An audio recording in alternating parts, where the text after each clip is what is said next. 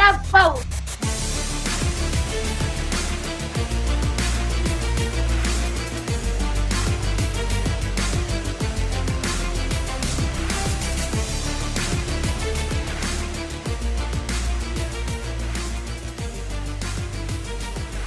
Court is in session with Ryan in Sacktown on If You Don't Like That. Now, Ryan in Sacktown. Oh, must be Rhino.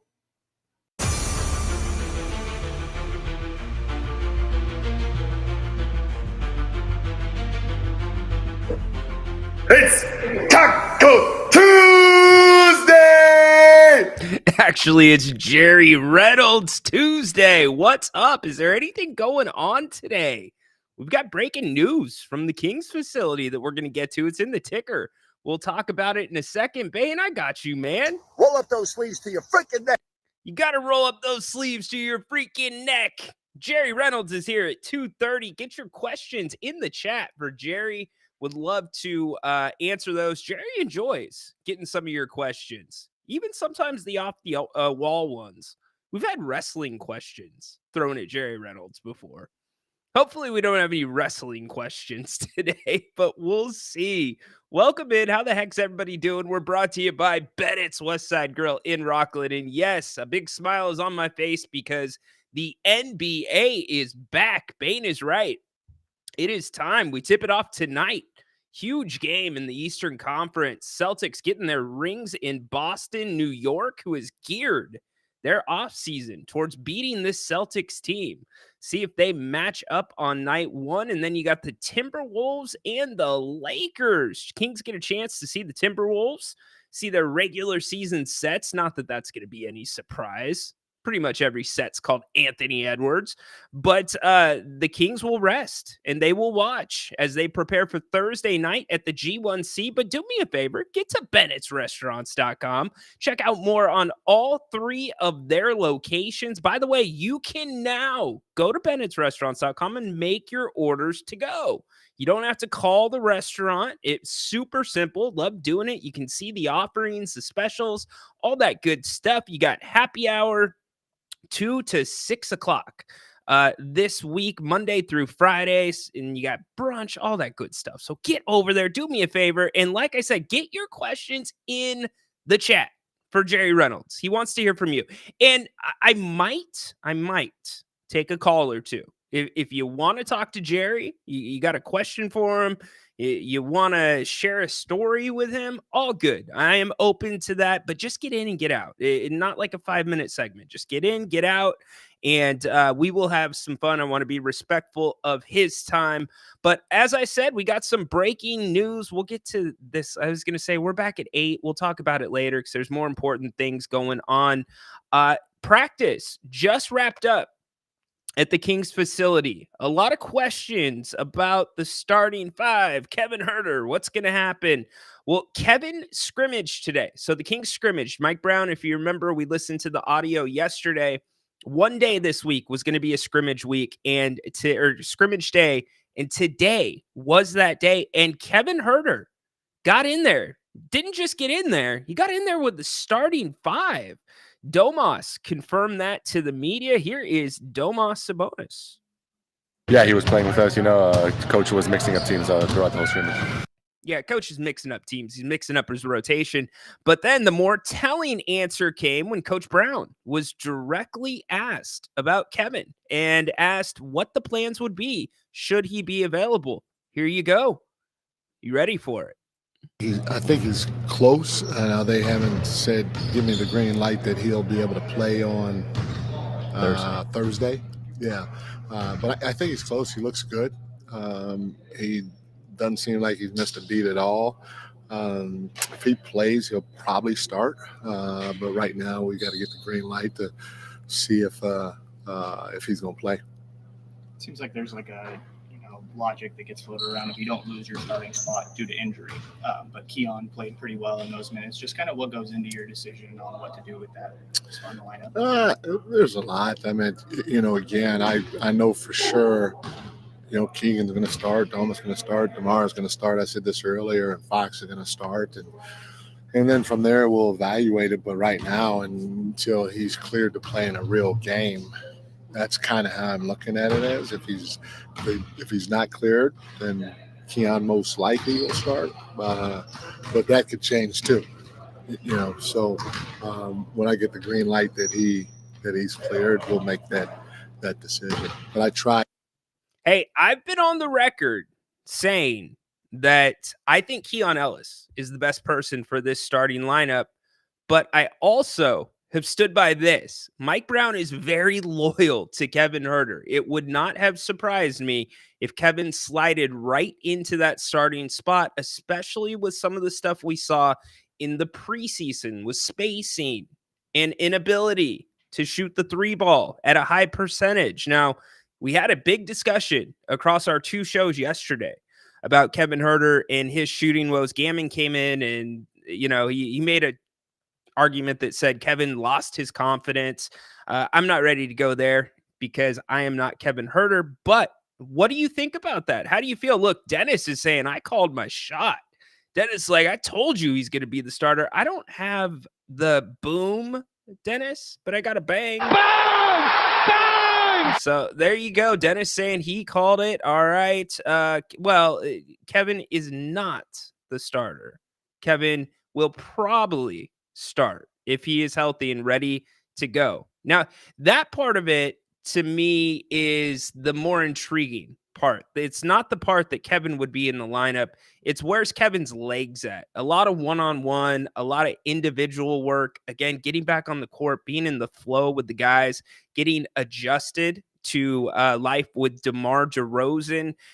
Things can happen after practice. You can walk through stuff, but going full speed. And especially going full speed against your teammates that know what you're doing. Sometimes that's almost harder in practice than it is in a game when you're going against the other team. But how is that adjustment going to be for Kevin? This is certainly something we will talk about with Jerry Reynolds. And then also, what do the minutes look like? Because we can make a big deal out of who starts, but really what it's about is who's on the floor at the end of the game. And Kevin historically has not been on the floor at the end of the games. So what does an extra role for him look like? Does he maybe fill some of the extra minutes too with the second unit that could be available at the forward position? So we've got a ton to talk about around Kevin Huerter. Let's get to your comments really quick.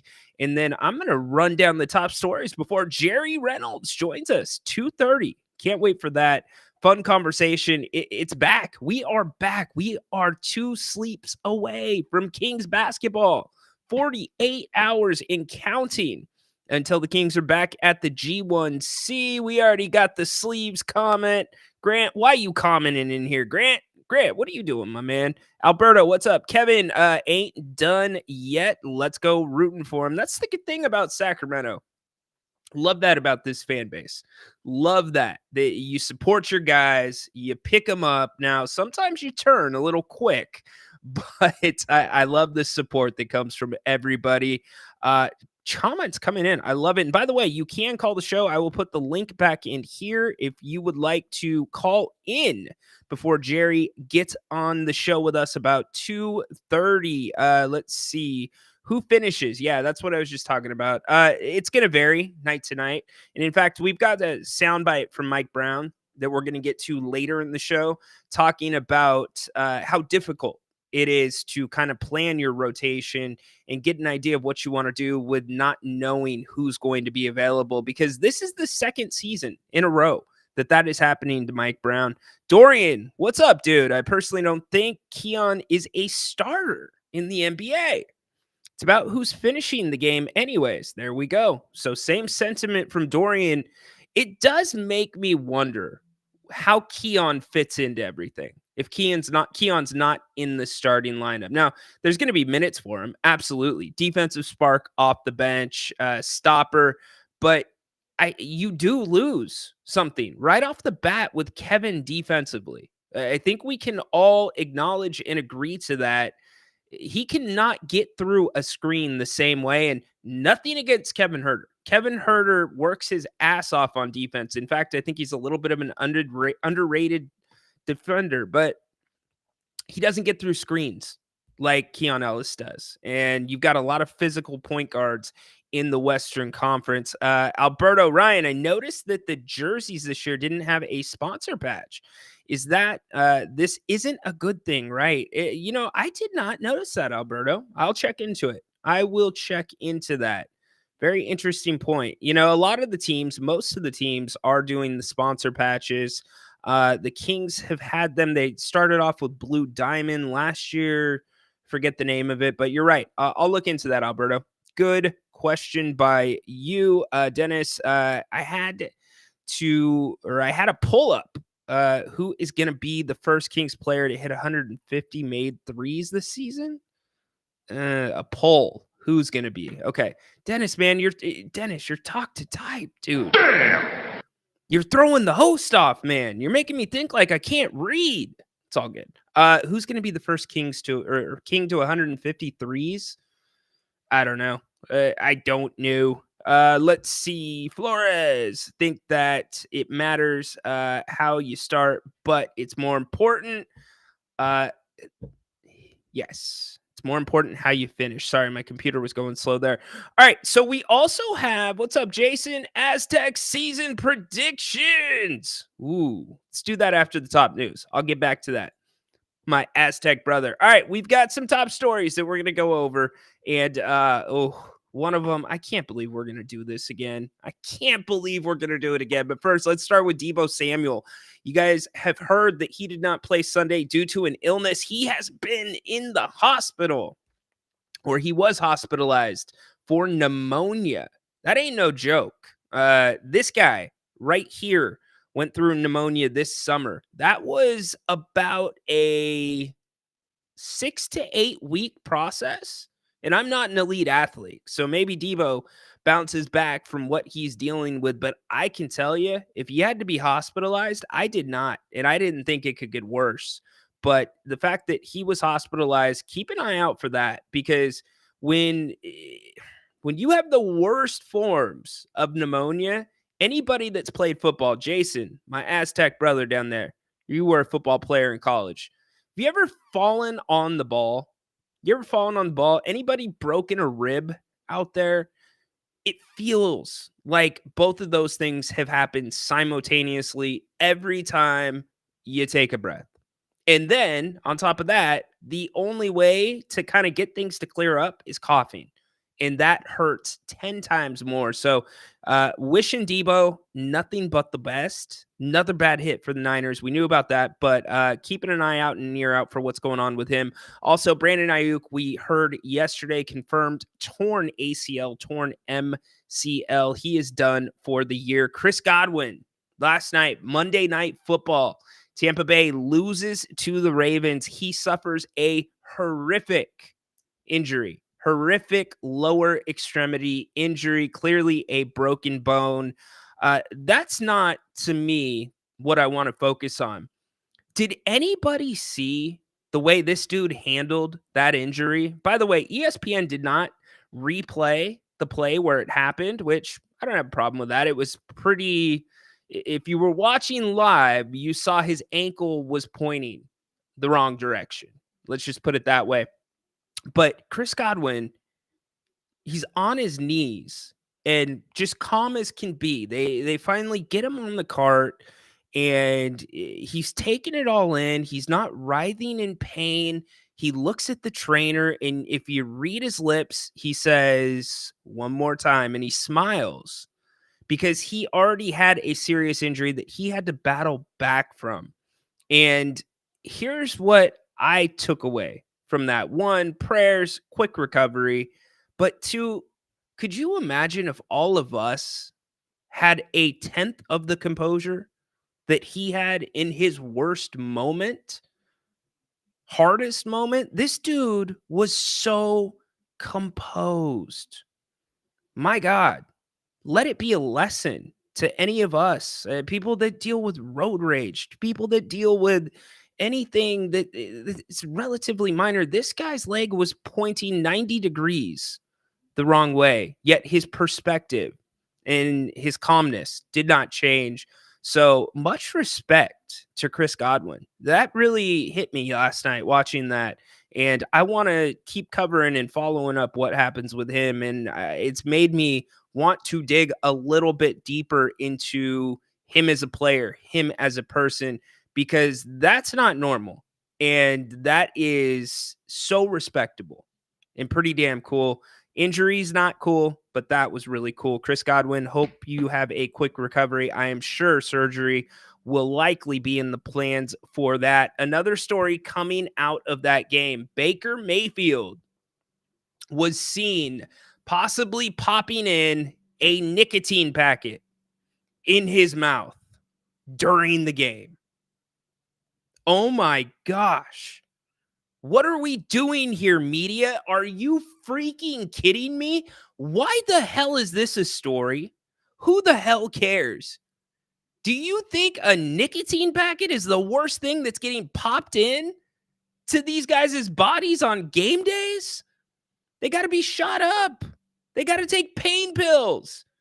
And I'm reading articles about Baker putting a nicotine packet in his mouth. Not even mentioning Major League Baseball, where these guys chew.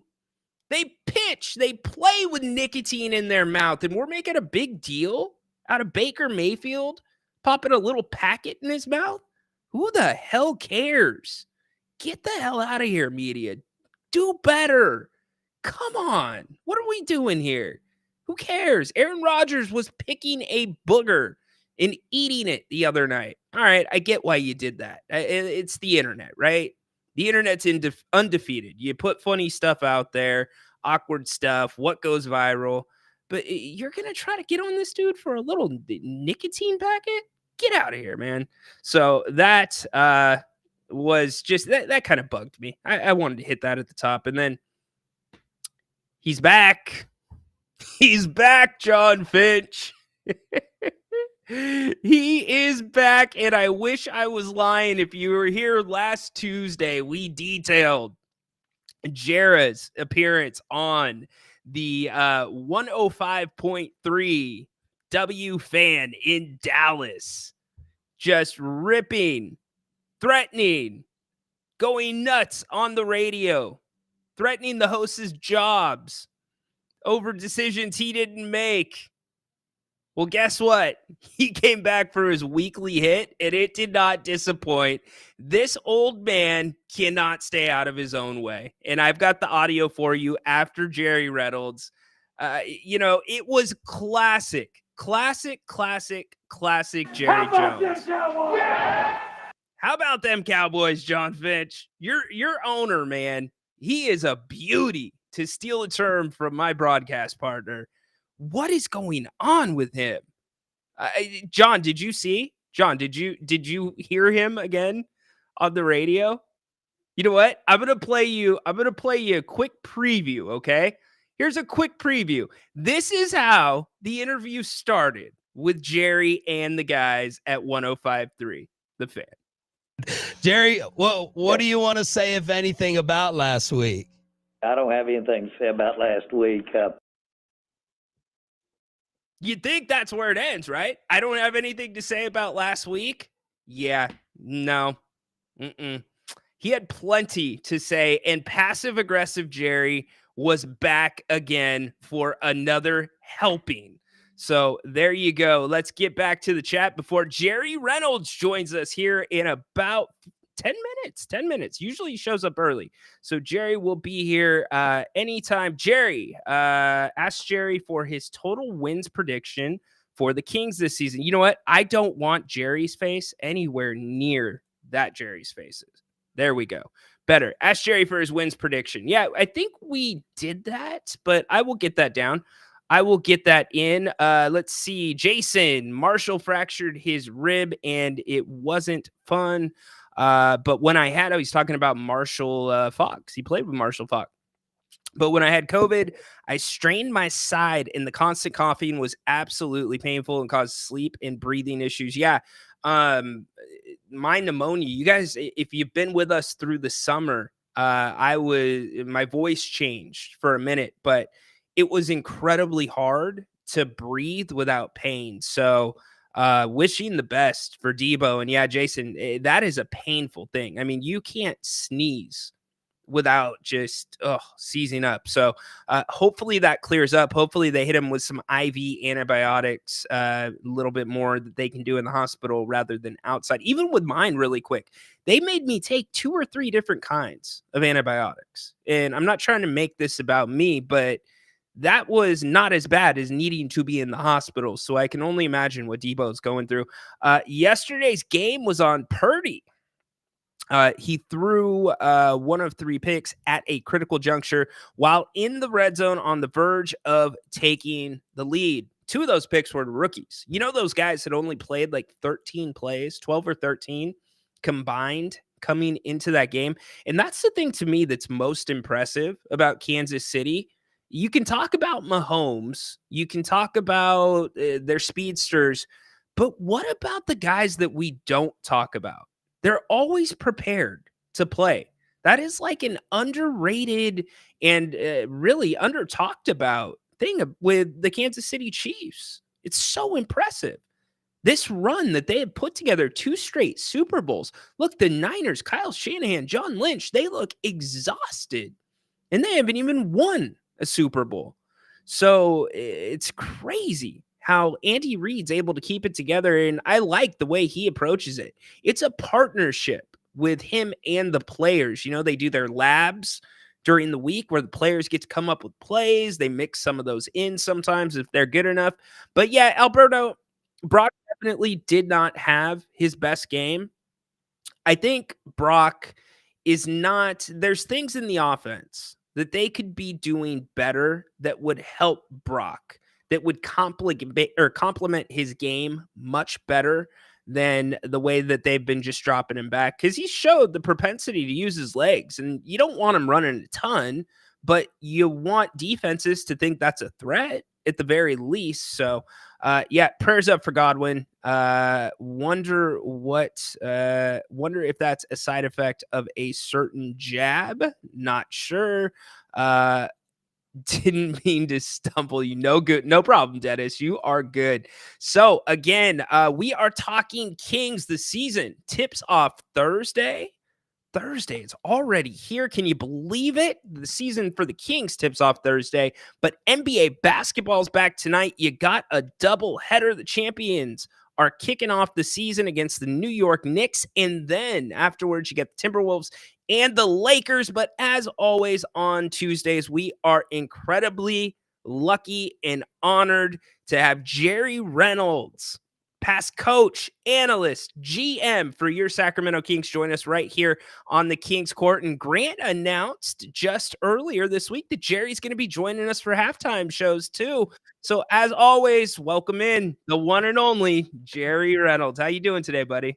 Great to be with you, Ryan, and the fans, and looking forward to the season. Obviously, doing some halftime with you and Grant, and always great to talk basketball with good friends.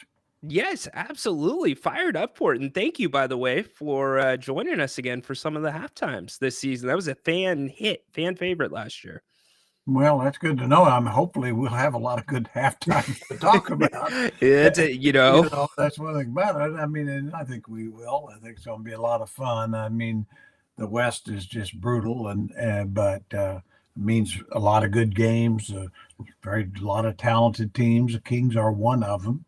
That's very talented, and so, just I love the game. I can't wait to see it get started. Yeah, me too. We had to improv a little bit last year at halftime, and that's what made the show fun sometimes. Yeah, we'll have to again. I mean, 82 games. It's not all. They're not going to be 82-0. I'm pretty sure of that. Yeah, exactly. So, Jerry, basketball has been such a huge part of your life. Tonight, opening night for the NBA. Take me back. What's that feeling this time of year, every year when the basketball season starts for you? Well, it's always such an exciting because the optimism. You're expecting the best. You see for the most part, there's some weaknesses in your team and all, but and all that, but you're just assuming everything's going to go well, and of course, just seeing the roar of the crowd and the excitement of the crowd. And of course, I'll always remember the very first opening day, basically 40 years ago in Sacramento at the original little arena. Of course, it was so exciting, not just for the city, but for me, because it was my first year in the league as a second assistant coach, and just nothing has quite matched that in my mind since. I mean, just because the first and all the excitement associated with a major league team in Sacramento. So when you got that job as a second assistant, were you thinking, I made it, this is it for me? Did you envision becoming a general manager, a head coach? What was that like? Now, what I really thought, I mean, it was, I knew it was a great opportunity, and I'd known Phil Johnson, the head coach, for a long time, back when I was a junior college coach, and he was a Division I college coach. And so I recruited some of my players, and we developed a friendship and things like that. But my thinking was, it's a great opportunity for me to go in the NBA for a few years, and then probably, I'd try to get a division, kind of a low Division I type job, things of that nature, Indiana State, Wichita State, Eastern Michigan. I mean, those kind of things I thought would open up for me that hadn't, even though I'd had a lot of success at different levels. But so that was my thinking. I just, if I'd said, maybe 3 years in the NBA, and then I'll be ready to maybe take the job, at the Division I level. Very cool. Did you have a welcome to the NBA moment? Gosh, I can't know that I did. I mean, at that time, it was such a, I don't know, kind of a chaotic situation. The team moving, didn't have the arena wasn't ready. Our offices were in a little cookie cutter building out by, out beside of the arena. And, we didn't, so it was so, basically the arena was just barely ready by the time the first game. We didn't play any preseason games there.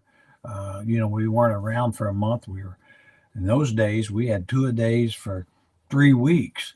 Guys would have dropped dead. They, of course, they got it in the collective bargaining agreement. No contact practices, only so many. On coaches too, So so that was kind of it was just, I didn't know what to expect, but it was a lot of work. And then, I think they had an event about a week before the Kings opened their season with the Clippers. Bobby Chacon out of Yuba City area, a boxer that was very well known at the time, and championship level fighter, had a fight at the building and had a huge crowd. And so I know they were happy to do that and see how the crowd flow got in and out and parking and all that stuff. They didn't even dress rehearsal and seating and all that. So anyway, that's probably more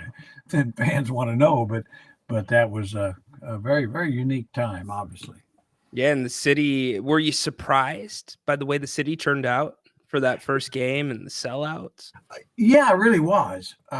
I mean, I knew it was going to be good, but I didn't know it was going to be that good because we had, just about any open practice or something, it'd just be packed, and so you knew there was a lot of excitement. But I think the truth that having that little building was really crucial because it created so much more interest because not everybody could get in.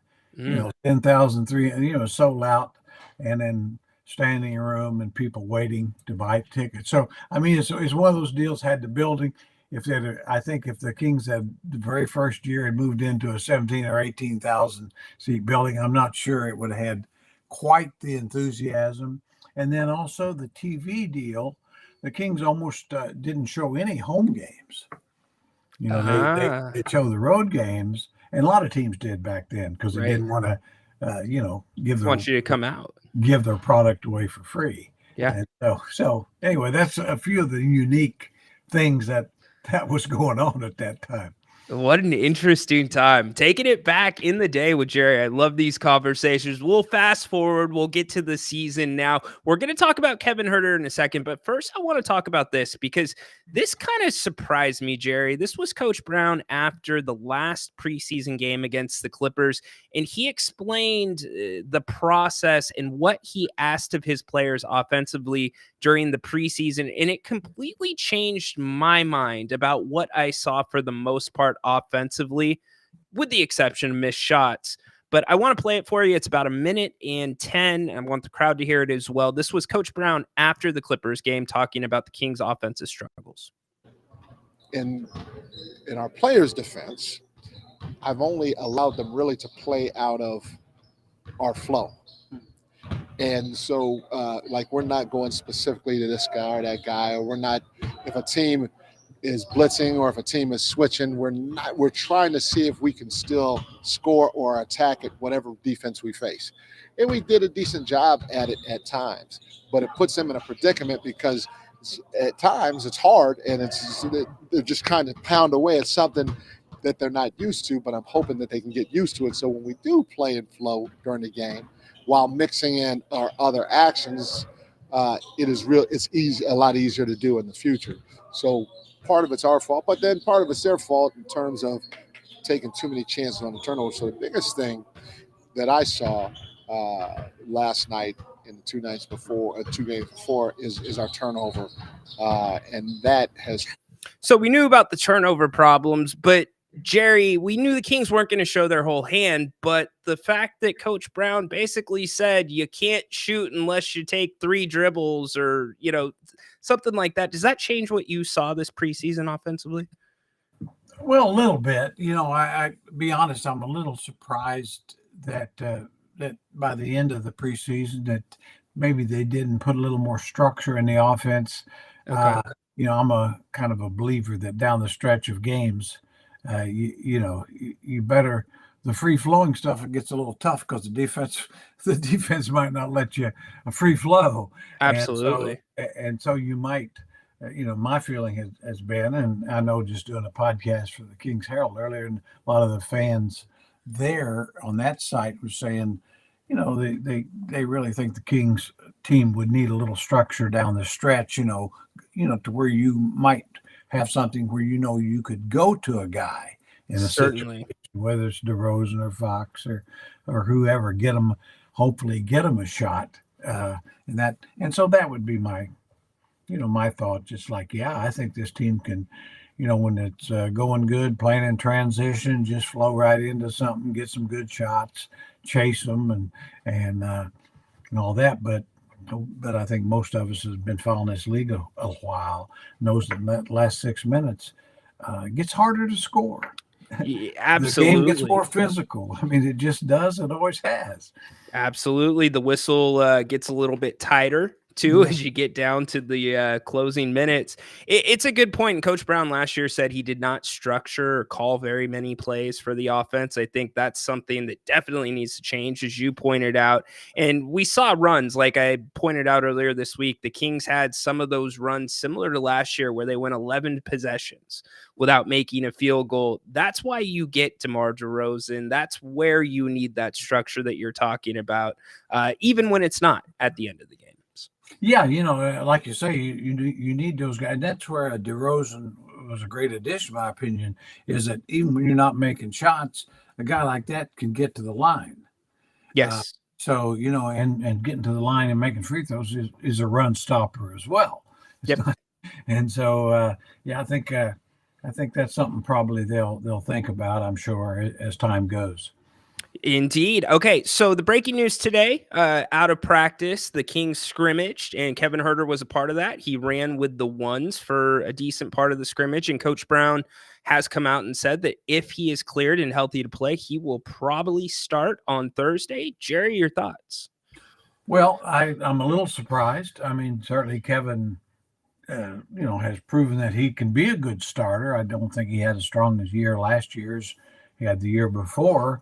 I I guess from my point of view, I like the starting lineup of Keon Ellis and Fox better, but it's also true Keon can play easily behind Herder or behind Fox, as can Monk. So I'll defer to the coach. Yeah, he knows his players and team better than I do, but I'm not gonna say otherwise, because I just from my standpoint, from watching what we saw last year, late in the season, I thought Ellis and Fox really at that time showed some real defensive promise. Haven't seen it preseason, by the way, but Yeah, we good did point. see it in last season, the regular season. Yeah, it's a great point. Keon did not have a good preseason by any stretch of the imagination. And I'm not even talking about the offensive side of the court, strictly the defensive Yeah. side of the court. But it does make me wonder, what does Keon Ellis's role shift into for this team, Jerry, if he's coming off the bench? Well, I do think it'd be as a kind of a defensive stopper. They'll probably evaluate what as the game starts and what problems they have, and he's certainly capable of guarding ones or twos, and so that may be something Coach Brown really likes the idea of, is having a guys, that maybe Herder's having a tough time staying with, or Fox is not having success with. Moving Keon in to kind of slow him down. I think, a little bit like Gary Payton the third for the Warriors, kind of a specialist to go in there and, when he's healthy, of course, he's proven he can do that. Yes, absolutely. Jerry Flores would like to know if you have a win prediction for the Kings this season. Yeah, I think I do. I a few weeks ago before the preseason, I was predicted 50. I don't believe I'll do that. I wish I could, but I'll go 48. I'll go 48 wins, and I think 48 with the depth of the West, and the fact that Houston and San Antonio, some of those teams are going to win more games, and especially Memphis is going to win a lot more games, which means teams in the West, other teams are going to lose more games. Right. So the records I don't think will be as good. And what I'm trying to say is I think they can get to 48, and I think 48 will get you in the top 6. You do think 48 gets you in the top 6? Yeah, because, in other words, if Memphis, they're not going to, if they go from 25 to 45, well, that's 20 losses in the West somewhere. It's a good point. And then Houston's probably going to be better. And certainly San Antonio. So, you've probably got 40 or 50 more wins out of those 3 teams. Well, now, in my opinion, the Clippers will lose more.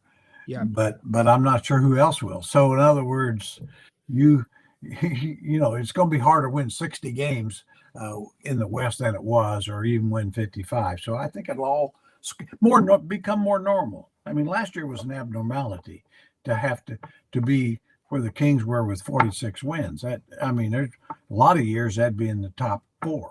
So what would you call 22-23 then, when the Kings had 48 and they were the 3? Well, I think that's pretty normal. Okay. Yeah, I think that's pretty normal. I think, somewhere between 48 and 50 is generally going to get you in that top 3 or 4 for sure. Okay. Overall, Overall, do you think the NBA is better this year when you look at both conferences?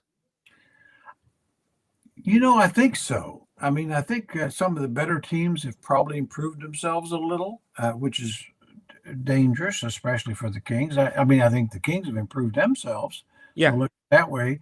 But you look at Dallas. They had Klay Thompson and the guy from Memphis. Or not Memphis, but New Orleans. Larry Nance Jr. No, maybe they did. The hard-nosed defender. I'm trying to think of his name. Gosh, I was talking about him with Bobby Gerald. Now I can't remember his name. But anyway, they picked him up. I'll think of it a little bit. And then, of course, with Oklahoma City, obviously they've gotten, added some pieces, and then the Minnesota, the big trade. Now, is that a good one for them? I think that it probably is. How much it'll make them better, I don't know. So I think, the Lakers even. I mean, it looks like Dalton Connect is a heck of a rookie. That's ready to go. I think Zach Edey is going to really help Memphis Yes. as a rookie. And so, Najee Marshall, that's the name. Najee Marshall from New Orleans to Dallas. I think he's going to be a nice pickup for them. Guru got you too there for you. So it's funny that you brought up Dalton Connect, and I wasn't going to bring him up today with you, but since you did, do you think from the sample size you've seen in the preseason that you're ready to say he's going to have a good year for the Lakers? I think he can be a contributor. I really do. Yeah. And I think I liked him. He's one of the guys I watched quite a bit. I have a friend that really was on the Tennessee staff that used to be a coach an assistant coach in the league. And so I knew, I felt like I could get some pretty good info on him. And I always remember him saying, that Connect was going to be an awfully good pro, that, he's big for a guard, lively jumper, one of the biggest jumpers and can really make shots. He said, I think he's a bigger, more athletic version of Kyle Korver. And so if that's the case, oops, Kings. Yeah, I was gonna say. I mean, time will tell. I mean, he had a couple of really good preseason games, but I think he'll be a contributor. But I'd say, don't expect too much. But I think he's going to be a top 7 or 8 rookie. I'd be surprised if he's not.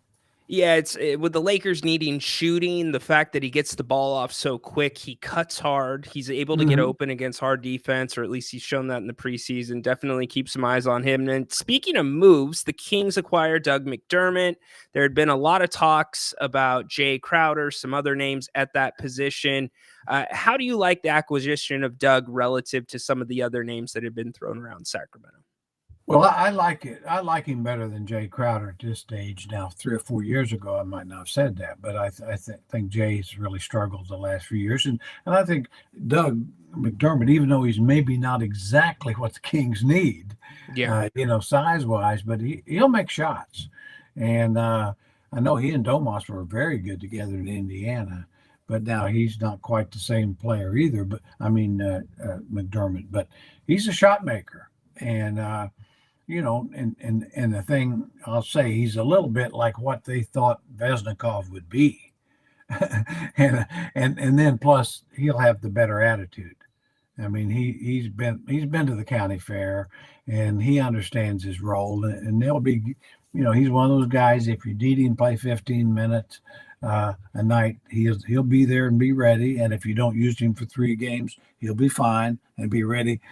Injuries and things like that. So on that basis, it certainly strengthens your bench again.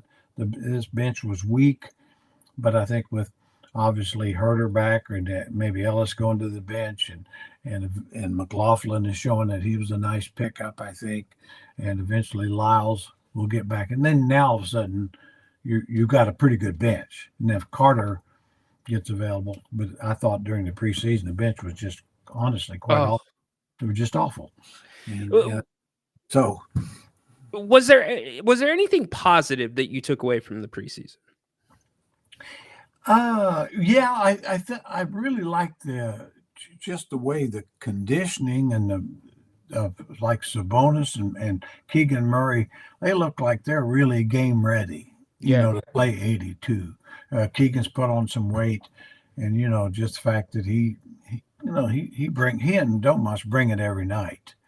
And I probably wasn't as pleased with Monk or Fox, to be honest, but I also know they're guys that they know there's 82 games ahead, and they want to be healthy and be ready to play as many of them as they can. So, but I'd say that too. And then just the fact that DeRozan certainly seemed to fit in naturally. Yes. You always have to be concerned about that. But I wasn't surprised because I know his reputation. He's a great team guy, big scorer, but a guy that really not a selfish guy. And he's a chameleon. He fits in everywhere. And then like say on this team, which has always been one of the most unselfish group of guys. And so it's good to add another one, but one with talent. Yes, absolutely. And I thought a couple things that I saw in the preseason that were important was 4 of the 5 games. And remember, the starters for most of them only played one half. The Kings won the battle in the paint, which is something different than we saw last year. And to your point about Domantas Sabonis, Jerry, I don't know how the hell this guy does it, but he looks like he's gotten a tick quicker and a tick more explosive this year. I agree. I don't either. I mean, he's one of the most amazing guys. I mean, he really shouldn't be able to rebound like he does. He's not that big. People, Right. He's never been 6'10". They call him that. I know in the combine years ago, he was 6'9.5". Now he hadn't grown much since then. But that's not the, and he doesn't have great long arms. But what he does have, he goes for every ball. He's tenacious and he plays. I've never seen a guy play harder, more consistently, and with the stamina that he has. That's the I've never key. seen big. Yeah. I mean, so he's one of those guys you always say a player. You want a player to get everything he's got out of his talent. Well, Domas is getting everything he's getting everything out of it that he can. Probably more than any player in Kings history.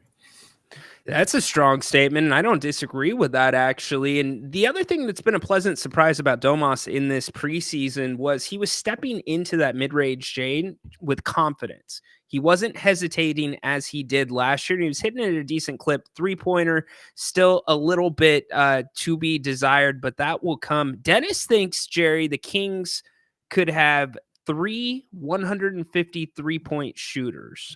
I don't know about that. Well, yeah, I don't either. Yeah. I hope he's right. Absolutely. I'm more than happy to be wrong, but I'll be a little bit surprised. Yeah, Dougie, I don't think Dougie's going to have an opportunity to make 153s. I think, Jerry, what do you see his role as? I'll give you mine really quick. I think maybe 40, 50, 60 games gives you 8 to 11 minutes a night. Gives you 6-9 points a game, and gives you that time in between quarters to get the guys rest. What about you? Yeah, that's the kind of way I'd see him, and and maybe at times a little bit of a specialist, a guy that there you go. Coming out of timeouts, you might want to put him in, to get him a shot or just to stretch the floor, that sort of thing. But I think that's I'd see him more as a 9th, 10th man at the most. Yep, absolutely. What are your thoughts on the Lakers squad this year?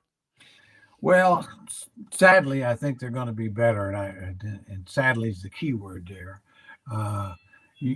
So I'm really, really disappointed. That they might be better because I think they've helped themselves a little, and so of course, so much of it revolves around LeBron. Just being healthy all year, but seems like he's healthy. We had a delivery out front. Yeah, I was going to say, do I need to cut you loose? I don't want anybody to be waiting at your door. No.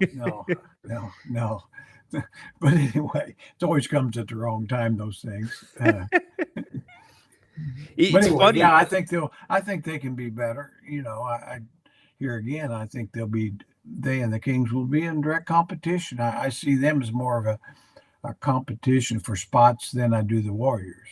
But yeah, I'm with you there. Do you think there's another move coming for the Warriors, though?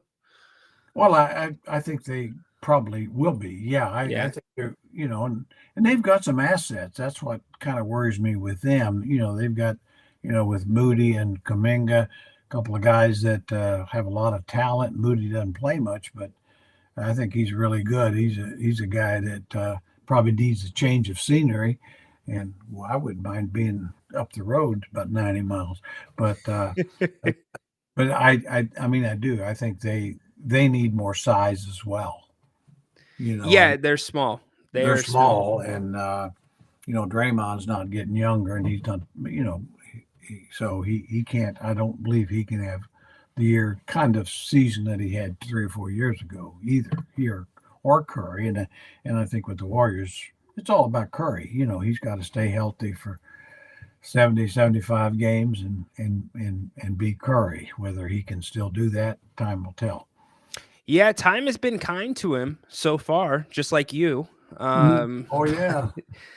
But yeah, he is just one of a kind. Changed the game of basketball, indeed, forever. Put it. Forever. Yeah, absolutely. Really one of the goes through the history of the game where the game changed, because of him and that sort of thing. And those are special players that you can point to that way. I agree. Zach asked.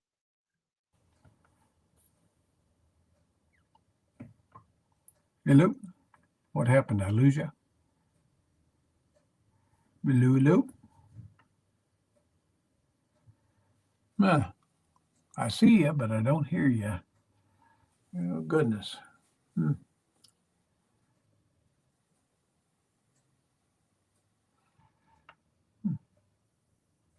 don't know what happened.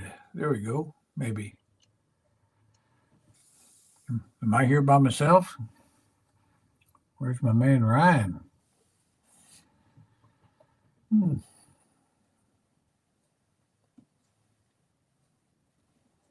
Sorry about that, Jerry. I guess my internet not really. I was afraid I'm by myself. I hope I wasn't, because I was just I was getting ready to sing a couple tunes. I wish you would have. No, so sorry about that. The internet went out. We Yeah. are back now. So Zach asked an interesting question. Will Fox be taking less threes this year off the dribble? He shot about 43% off the catch last year. I think that's partially the plan. What do you think, Jerry? Well, I hope so. I think with Darren, he's so good getting the basket and creating problems and opportunities for himself and others that I'd like to see him shoot probably fewer threes unless they're spot up shooters, where he's got space and, like you say, where he can shoot 40+%. Because almost with the exception of Curry, I don't know of hardly any shooters that are better off the dribble. And so I'd like to see fewer off the dribble threes and more drives to the hoop and the threes he does take. And I don't mind him taking quite a few threes if they're open, his feet are set, and he's comfortable. I completely agree with you. Sorry about the blackout there. Didn't mean to leave Jerry hanging. We should be back and running. I guess the internet's coming for me, Jerry. Maybe that was the person at your door saying, I didn't pay my internet bill. And asking Might be, for a reminder. well, I'll never understand the internet, Todd. So you already know that.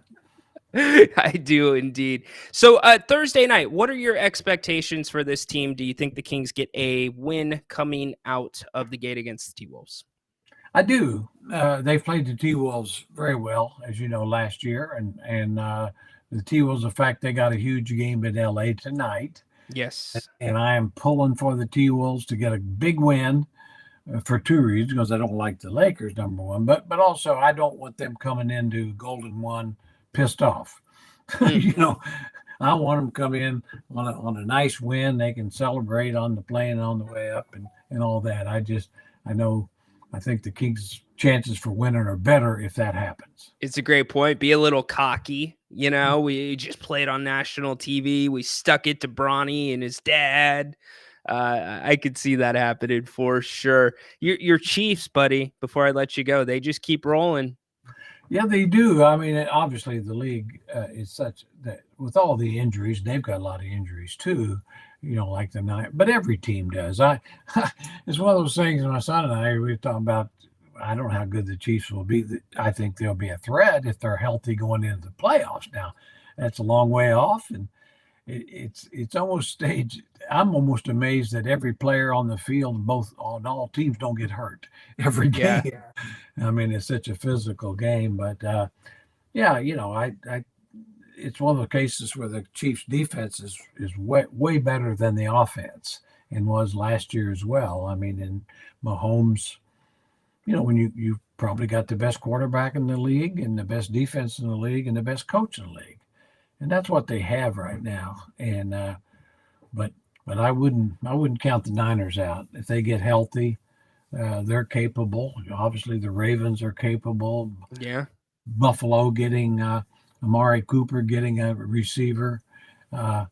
Just a long way to go. It's not quite like the NBA with 82, but until they get into game 15, 16, 17, I don't think and like if you're the Niners and the Chiefs, if you're healthy going into the playoffs, you're going to feel like you have a chance. 100%. It's such a great point. The Niners are one of those teams, if you just get a ticket to the dance, it'll make a difference. But that health thing, they just keep kicking it down the road another week. They just can't get all together. Debo with the pneumonia.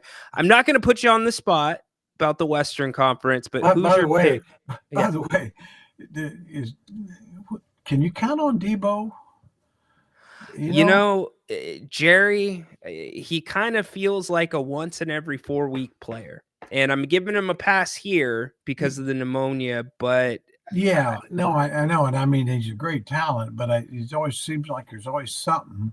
I mean, when he's at his best, he's great. yes. But availability is still the key, And so I didn't mean to pick on him, but I really enjoyed him. But it always seems like there's more things with him than a lot of guys.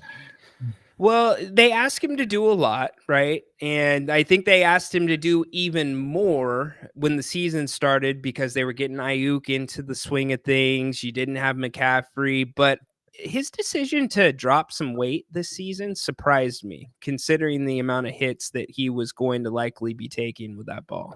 Yeah, and be giving. Yeah, a great point. Yes. Because I mean, he punished physical guy.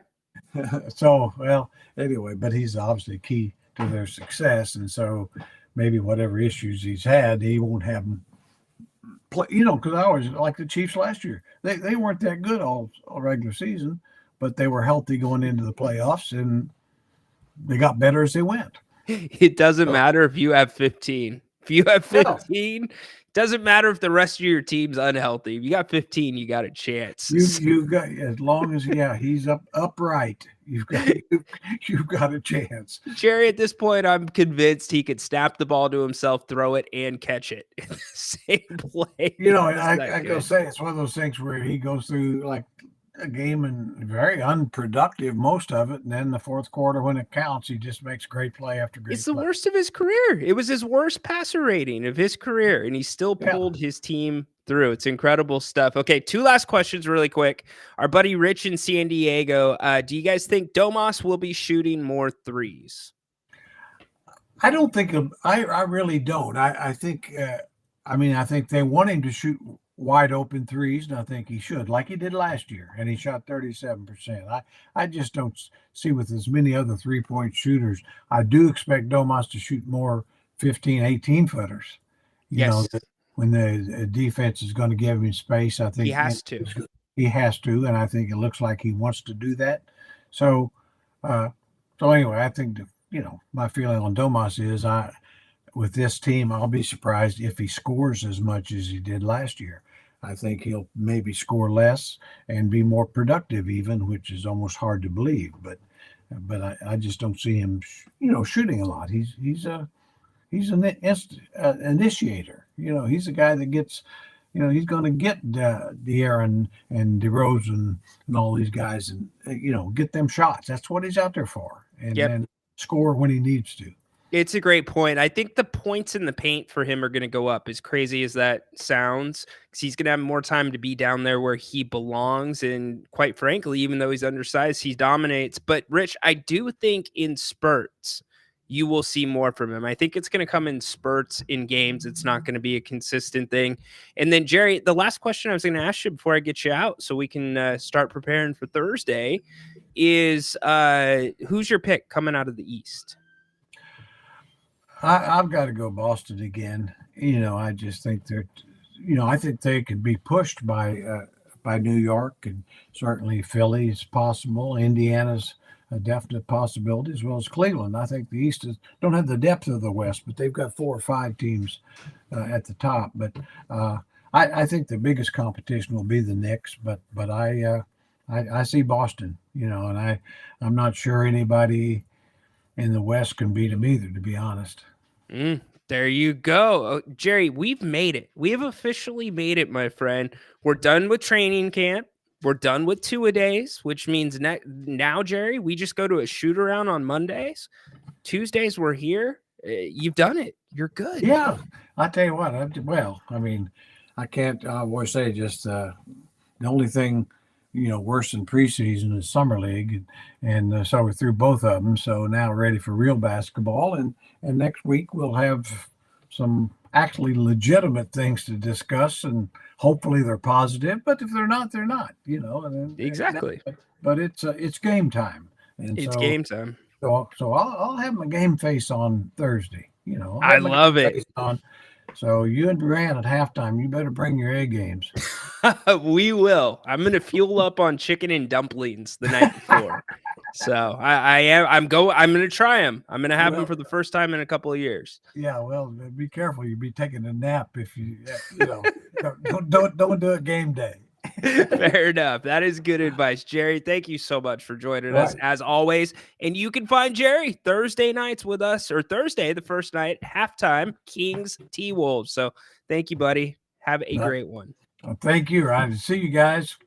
All right. That is the one and only Jerry Reynolds. How awesome was that? Sorry about the internet cutting out. That was bizarre. I'm like, oh gosh, I'm having a Napes moment. And so thank you for everybody for sticking through that. And thank you to Jerry for sticking through that. And again, my apologies for that. We are hardwired here, so that should not happen very often. I can promise you, Bennett will be much more reliable for your dining needs than my internet connection today. Yes, check out Bennett'sRestaurants.com. That is Bennett's West Side Grill that you're looking at right there, located in the Blue Oaks Town Center in Rockland. They've got 3 different locations here in the greater Sacramento area. Prime cuts of seafood and steak. We gush about the different offerings, whether it's the redfish, the New York prime. I love the specials. You got to go check out the specials. Not only is it affordable, it is amazing. Like weekends, you get brunch, 2 entrees, bottle of champagne, under $50 yesterday. Or no, Monday. Yeah, yesterday. You had wine and dine Monday, where you get a bottle of wine and 2 entrees under $70. And now Bennett'sRestaurants.com is accepting your to-go orders directly from the website. So make sure, get over there, check it out. In fact, Rich, I know he did a big to-go order sometime last year for a family gathering, said everything went great. So they can do a little bit of everything. And if you're doing get-togethers, as fall keeps we get into the meat and potatoes of fall, think about Bennett's for your private dining needs. Yes, that's right. They have private dining rooms. If you have office parties, Christmas parties, family get-togethers, they will take care of you. And a huge thanks to them for taking care of us and sponsoring the show today. Obviously, one of our favorites. So happy to have them with us for another season. That is Bennett'sRestaurants.com. Go check them out. Huge thanks to Bennett's for sponsoring the show. What did you guys think? Good conversation with Jerry. I could go for some chicken and dumplings. Here's the thing. The dumplings make the chicken and dumplings dish. You got to get the dumplings right. If the dumplings are too dry, it's not a good dish. They got to be nice and moist. I know that's kind of like a preference thing, but yeah, a little bit undercooked. There you go. Yes, chicken and dumplings this time of year. That is definitely a fall winter dish, not a summer dish. It's a 365-day-a-year dish for Jerry Reynolds, though, which is totally fine. So really good conversation with him. Don't forget, we're going to be back tonight at 8 o'clock. We'll be taking your calls and also talking everything going on with the Kings. We'll be hitting the Kevin Huerter topic. Some really surprising stuff. Couple things from Jerry about the win totals in the West. That surprised me. Did that surprise anybody else? And we'll be talking World Series. You got that. Football, a lot going on. What's up, Carl? How you doing, man? Welcome back to the channel. Give him a hell yeah. Hell yeah! So I hate to go back to this, but I've got to go back to this. I'm sorry. If you joined us last week on Tuesday, I had a little something for Jerry Jones. If you remember, he joined the local Dallas affiliate that carries the Cowboys games, for his weekly segment last week. And Jerry was cranky. Yes, extremely cranky. He was threatening the host's jobs. He was making no sense. In a nutshell, he was being Jerry Jones at his worst. He was being Jerry Jones turned up to 1,000. So we turn the calendar a week forward, and it comes time for Jerry's weekly hit again with the boys at 105.3. You figured, oh, okay, he probably learned from it. He's going to be better, right? Here's the start of the interview with Jerry and the host today on 105.3. Jerry, well, what do you want to say, if anything, about last week? I don't have anything to say about last week. There you go. He has nothing to say about last week. Jerry, my man, you did it, Jerry. That was perfect. I'm here to praise Jerry. Oh, wait. Jerry did have something to say. I'm happy, though, that I must tell you I'm surprised that last week got the attention it got. But, really, when I think about what we try to do on this show, for me, is I think we give you 2 shots a week that I get on, and Stephen gets on once or twice, and Mike, I don't know if Mike gets on or not, but those are really a privilege. It's kind of like pillow talk. It's really a privilege to have me on with you. That's really a privilege to have private access to me and my son. Jerry continues. You get some inside stuff. As you know, I don't go before the normal press conferences during the week usually. Yeah. And so this is the kind of thing that I would expect and how I would answer it relative to many of your questions. You're going to ask me today because Henry had a big night, Derrick Henry last night. You're going to ask me again, how come when Henry was available and right here in Dallas said we didn't get him? And I will tell you, the same kind of question is one that my wife might ask me of 60-something years. Why did you do that? Yeah. And I said, well, I really don't know why I did that. The devil made me do it.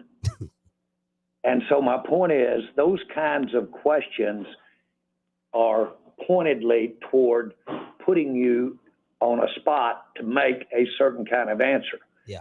I've obviously been asked that Derrick Henry question almost every day since we started training camp. Yes, Jerry, you have been asked that question every day since you have started training camp. You know why?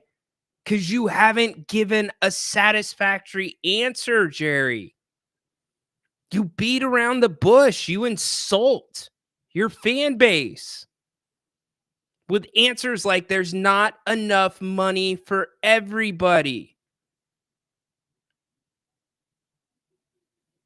Instead of just taking your humble pie with a big glass of milk, he keeps digging himself a deeper hole. It's one thing.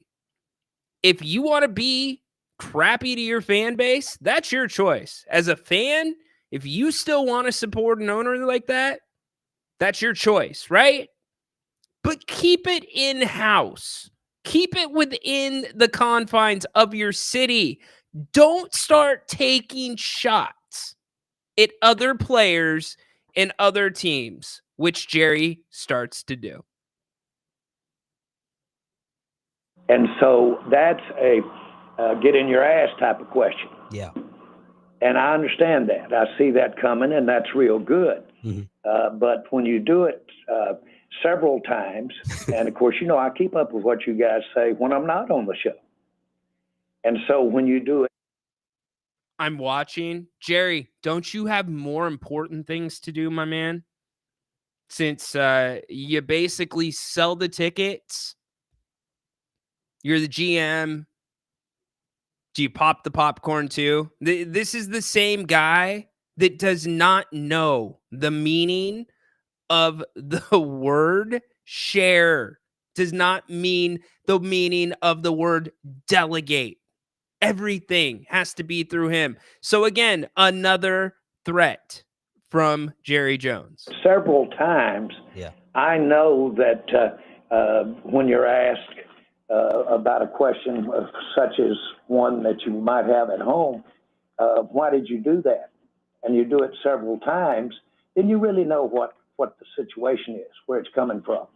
So those are the kinds of things that this show, to me, can and be about.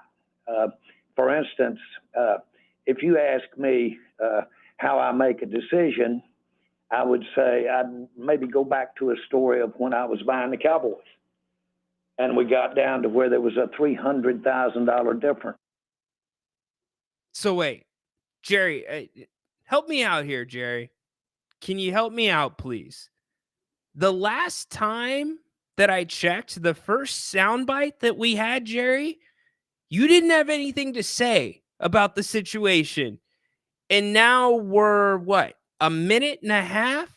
2 minutes into your explanation? I really got screwed. I ended up with the Dallas Cowboys. My point is, I don't know why I called heads rather than tails. And I couldn't explain to you why I called heads rather than tails. But some of this stuff works out, some of it doesn't. That's the kind of thing and the kind of answers I would expect us to be talking about on this show. Yeah. And I get all that, and normally we're usually on the same page in terms of the topics and the subjects. That's why I think last week threw us off a little bit. But look, man, as I've said multiple times, Jerry, you've provided us, radio gold, and it is a privilege to be able to do this show with you for 15 years. And we had some fireworks, and that's kind of the way I view it, despite the payment and suspension and move the show and all that stuff, because we're usually in lockstep. So I understand that. Listen, here's the thing. The fact that we've been doing it 15 years Yeah. Shows that someplace in between there, we got comfortable in our skin doing these type things. And we did get comfortable with it. I'm tickled to death that we have as much interest in this as we do. And as you well know, but guys, I have no issue, and you know that. As a matter of fact, you've said that. I have no issue with getting up in front of a bunch of media and people of journalism and asking the question and answering, getting questions and answering. Yeah. And I don't have any problem with that. Would you agree with that? Yes, totally. And again, I'm not trying to put words in your mouth, but the point is that we've, in my mind, we're not playing very good football right now at all. And it's beyond whether or not we have Derrick Henry or not. Derrick Henry is having a career year. I don't know if he'd be having that career year in our situation.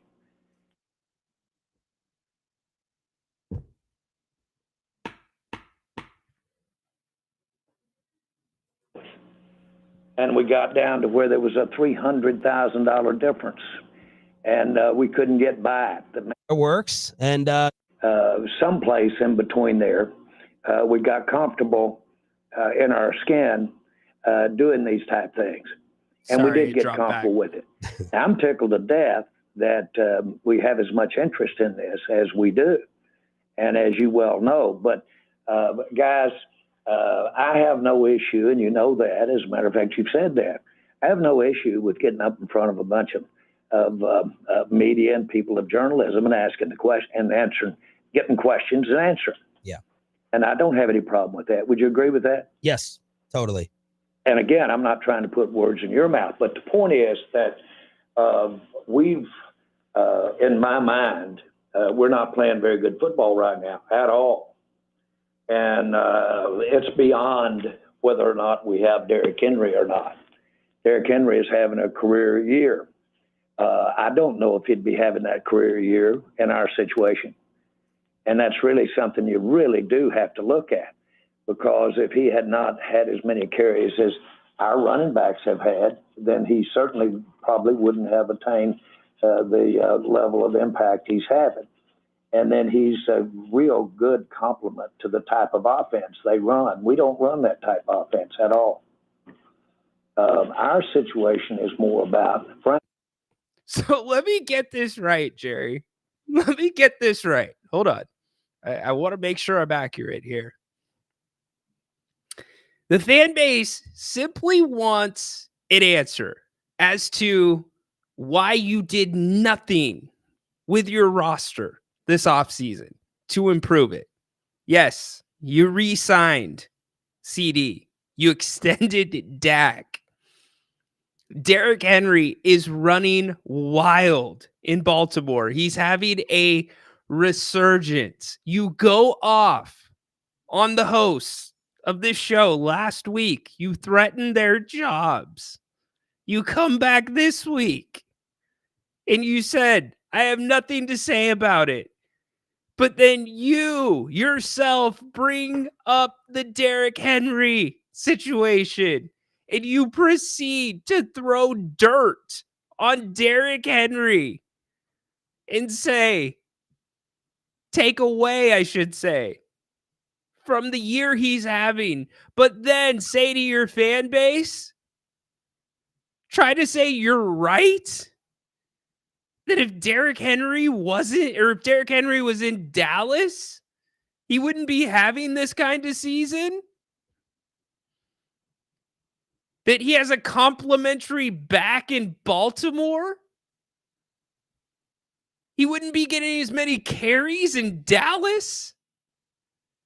I mean, seriously, Cowboys fan, John Finch, are you kidding me?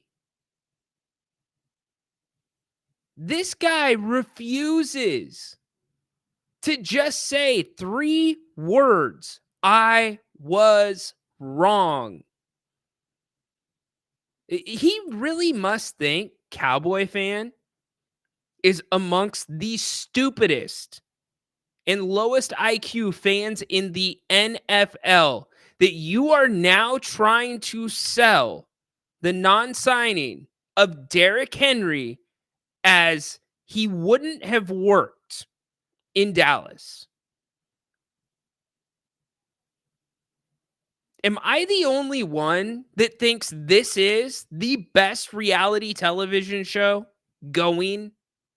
Maybe the best reality show ever? Forget Survivor. Forget American Idol. And I have no emotional connection to the Dallas Cowboys. That's what sucks, because I don't like to kick other fans when they're down. But damn it, this is good. I want it to keep going. Can we get Jerry on the show every day? This guy is off his damn rocker. And if you're Derrick Henry, what the hell are you thinking? If you're the Baltimore Ravens, what are you thinking? And then it takes me to this, Cowboy fan. Why don't you do something about it? I get being a fan is being loyal, and we've seen what's happened in Oakland with the fans pissed off, but yet they weren't attending games, and the tug and pull between the media and trying to blame the other party for it not working out. And somewhere in between, you're always going to want to support your team, but Cowboy fan, you just keep lining this dude's pockets. You either don't care about how senile this guy is, or you're good with it. It's beyond me at this point. And this guy, Jerry Jones, what he is selling to the fans, I never thought I would feel bad for a Cowboy fan. I feel bad for you, Cowboy fans. He treats you like you are idiots. Unreal. Derrick Henry would not have worked out in Dallas. And you're throwing shade on other teams when your team is a literal dumpster fire. I mean, was this an interview or was this a lecture? You know, the ones where your parents are like, hey, we need to talk. We're not mad at you. We're just disappointed. It's like he's disciplining the hosts of this show. Did you hear them nodding along? They're like, oh, yeah, yeah, you talk to the media. Trying to push back, but they can't? Like, what the hell is going on? Why doesn't somebody stand up to this dude?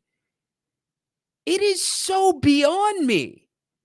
It's so over my head at this point, but like I said, I don't even feel bad anymore. This is the best reality show going, and Dallas fan, you all are the ones that are eating it up. You're giving it the ratings. So I'm just going to sit my feet back, know that I have Jerry Reynolds every Tuesday here on the King's Court, and from every week going forward, I'm going to have something to talk about with Jerry Jones. Somehow Jerry Jones has slowly played his role into the number one spot. He's yanked it away from Tony Khan. Jerry Jones, man, the hits keep rolling for Jerry Jones. Peter chiming in. Hell no, your offensive line can't open the hole for your running back last year. Offensive line the offense is a passing offense.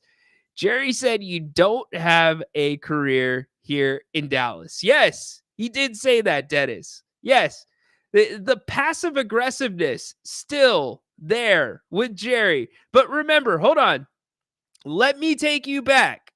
Let me take you back to the start of the interview. Jerry didn't have anything to say about the situation. Jerry, well, what do you want to say, if anything, about last week? I don't have anything to say about last week. I don't have anything to say about last week. But you know what I do have? I have something to tell you about last week. I have a lecture for you about last week. It's unreal. It is crazy. You saw them put on the Bucks jersey really quick. MLB gag order, right? Patrick, what's up, my man? Welcome in. Skip Bayless left and went to the man. Skip Bayless, longtime Dallas fan. Yeah, well, maybe Skip Bayless is advising Jerry on what the hell to say and what to do. Now it makes sense. You know what? Bring Skip in to the organization. That's what they should do. They should bring Skip in. Let him be a spokesperson for Jerry Jones.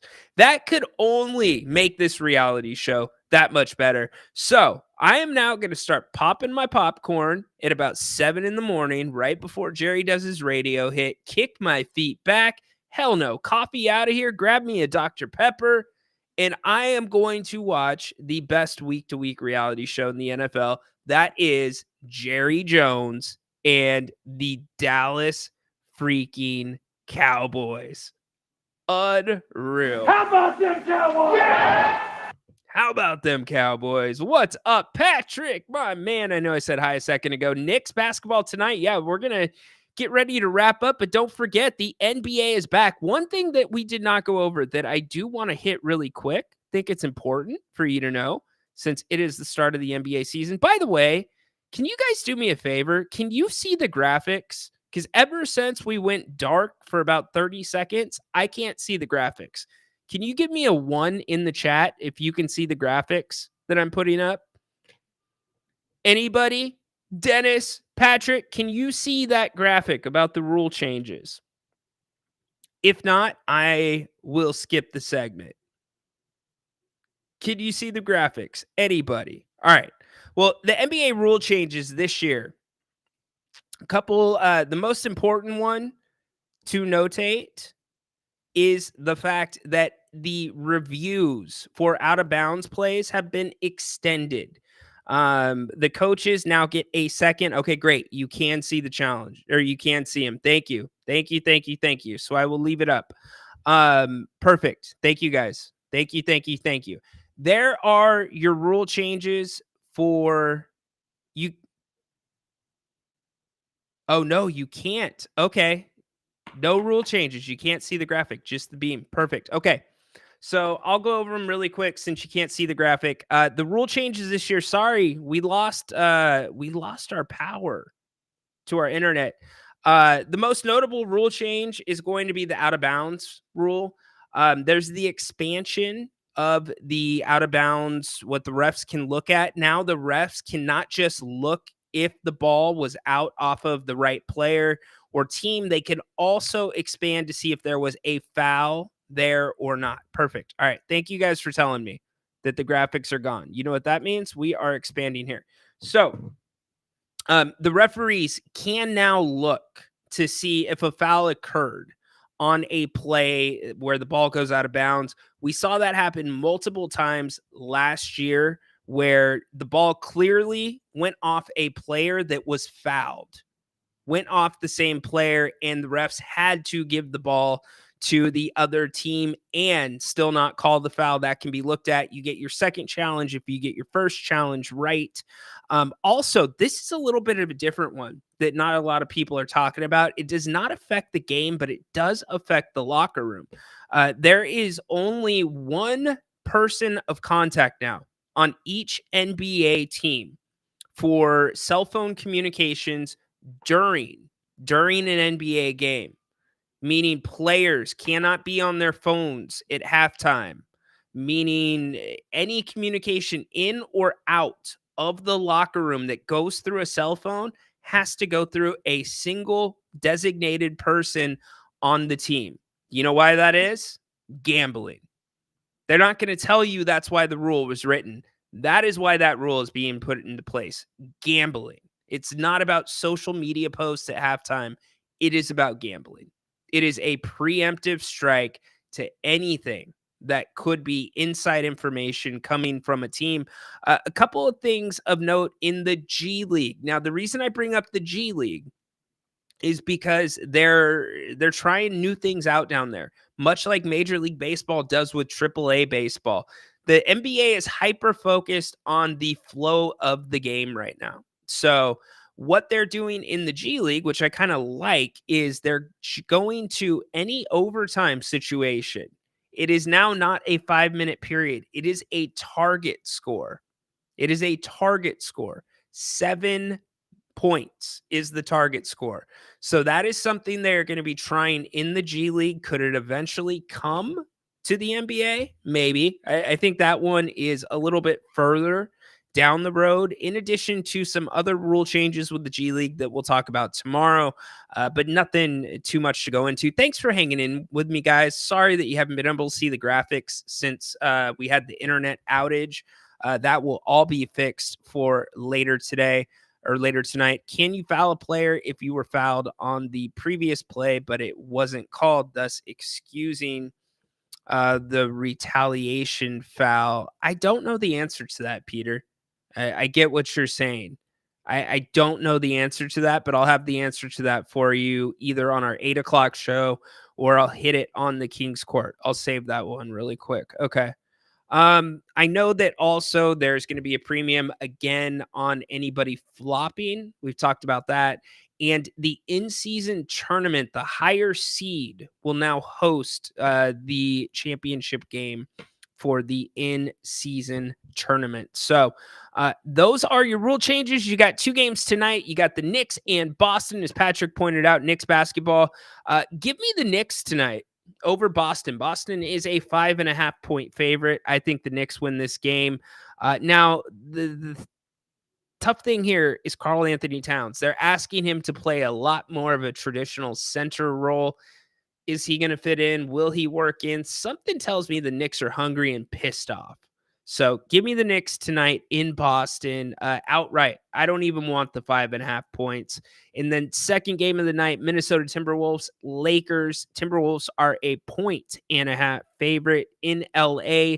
By the way, speaking of the flow of the game, it is expected that the Lakers are going to get Bronny in with Braun tonight. They want it to come at a point in the game when the game's competitive. They want it to be more of a natural moment. You know my response to that? It's not a natural moment if you're planning it out. So if Shams is reporting how they want this moment to happen, then it's actually a produced moment.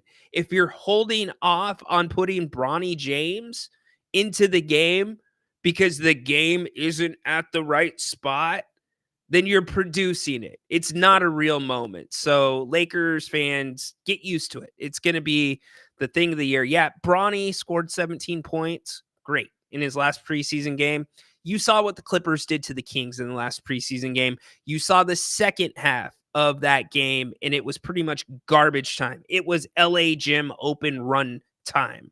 So don't give me that Bronny's going to have a big impact. He's not.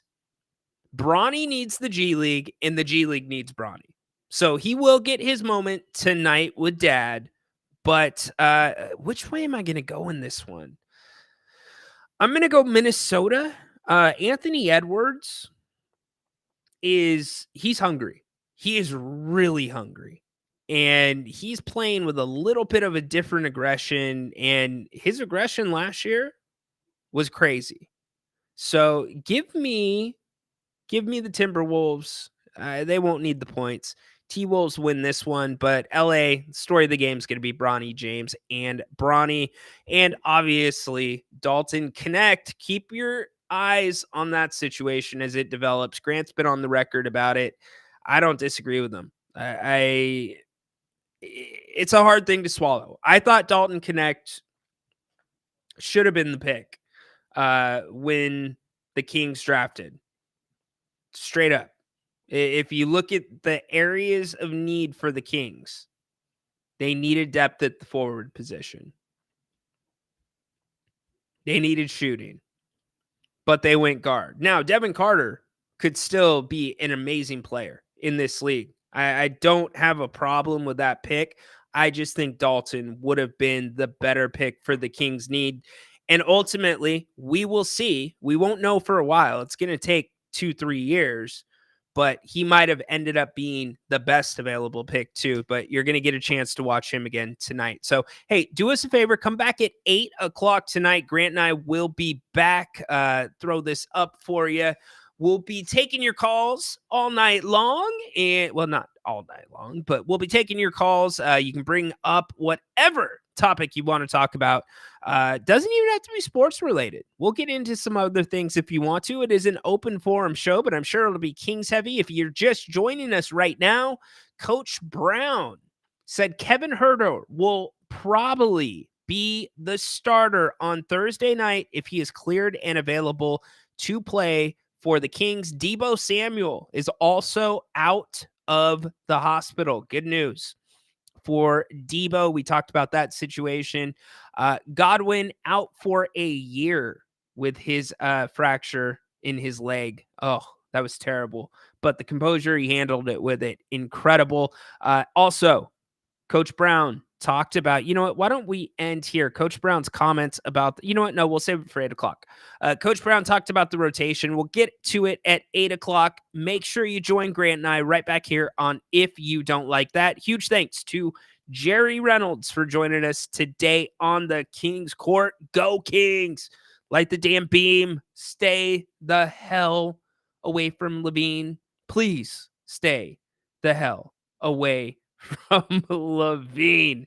It doesn't matter what you think. It does matter what I think. Stay away from Levine. We'll see you back at 8 o'clock right here on the Kings Court. Grant and Ryan on If You Don't Like That. Court is dismissed.